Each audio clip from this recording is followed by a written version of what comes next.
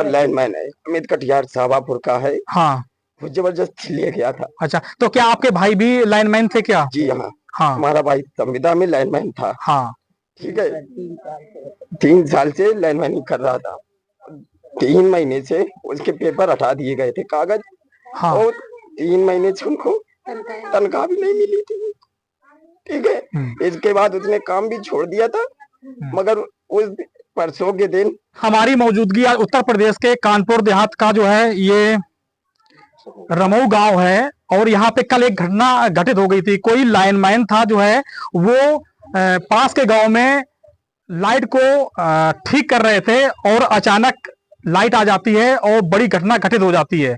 मेरे साथ में उनके परिजन हैं, उनसे जानकारी करते हैं कि आखिर में ये घटना कैसे घटित हो गई, इतना बड़ा हादसा कैसे हो गया, और क्या इनको जो है प्रशासन के द्वारा, सरकार के द्वारा अभी तक लाभ मिला है। जी भैया, क्या नाम है आपका? हमारा नाम अशोक है। अशोक जी, कैसे घटना घटित हो गई, क्या जानकारी है आपको? थोड़ा कैमरे के पास में लाइए।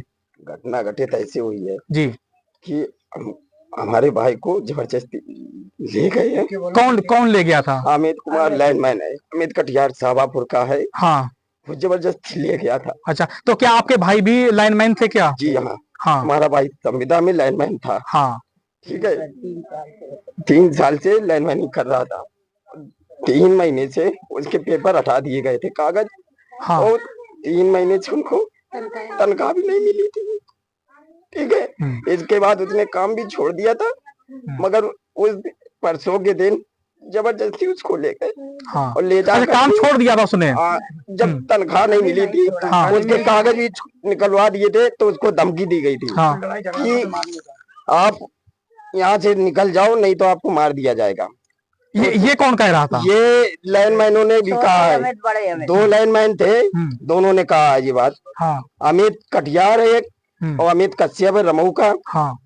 वो दोनों लाइनमैन एक ही साथ रहते थे। ठीक है, तो लाइनमैन ऐसे बोले जाते थे, एक बड़ा लाइनमैन बोला जाता था, एक छोटा लाइनमैन बोला जाता था। जी।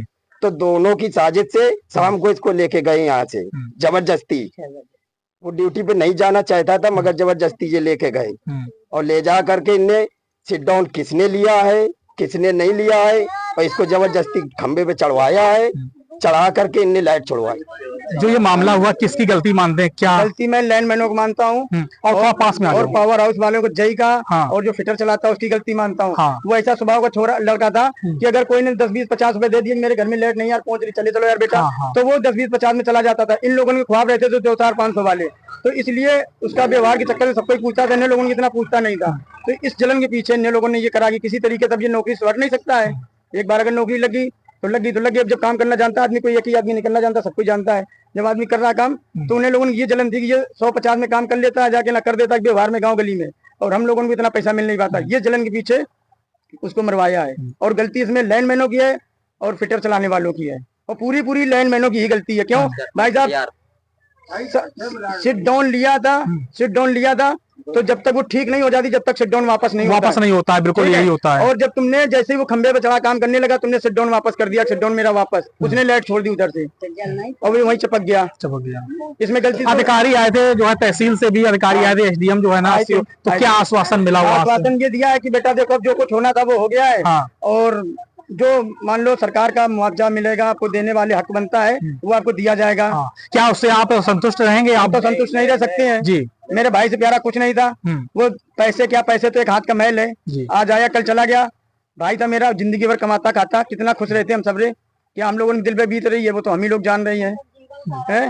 वही हम आपको बता दें, ये रमऊ गांव है, और यहाँ पे जो लड़का यहाँ पे लाइट से खत्म हुआ है, उनके परिजन हैं, इनका जो है रो रो का बुरा हाल है, और जो है इनकी मांग है कि जो है मुझको न्याय मिलना चाहिए।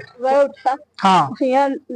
हमें जिन्हें बुलाया हाँ। कि आओ इधर की लकड़ी काटने, तार के फंस रहे हैं। दादा हमारा गया लकड़ी काटी दोपहर तक, 1 बजे घर आओ, हटन में छिलका पड़ गए। आके नहाया, नहा के उसने खाना खाया, खा के बम्बा पे बैठा जाके दुकान के पास, जहाँ समोसा जलेबी लगती है। उधर हमने देखा बेटा हमारा आया, हमारे से आ रहे बकरियां ले।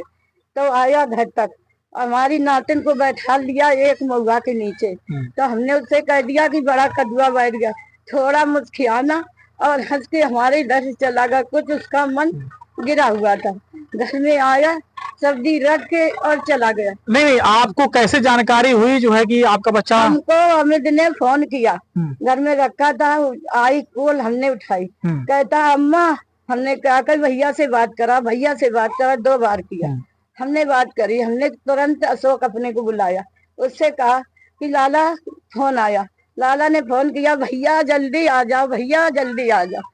अमित ने कहा जल्दी बात करा दो, रो के कहा अमित ने, बस इतनी बात करी, बस हम लोग चले गए इधर से।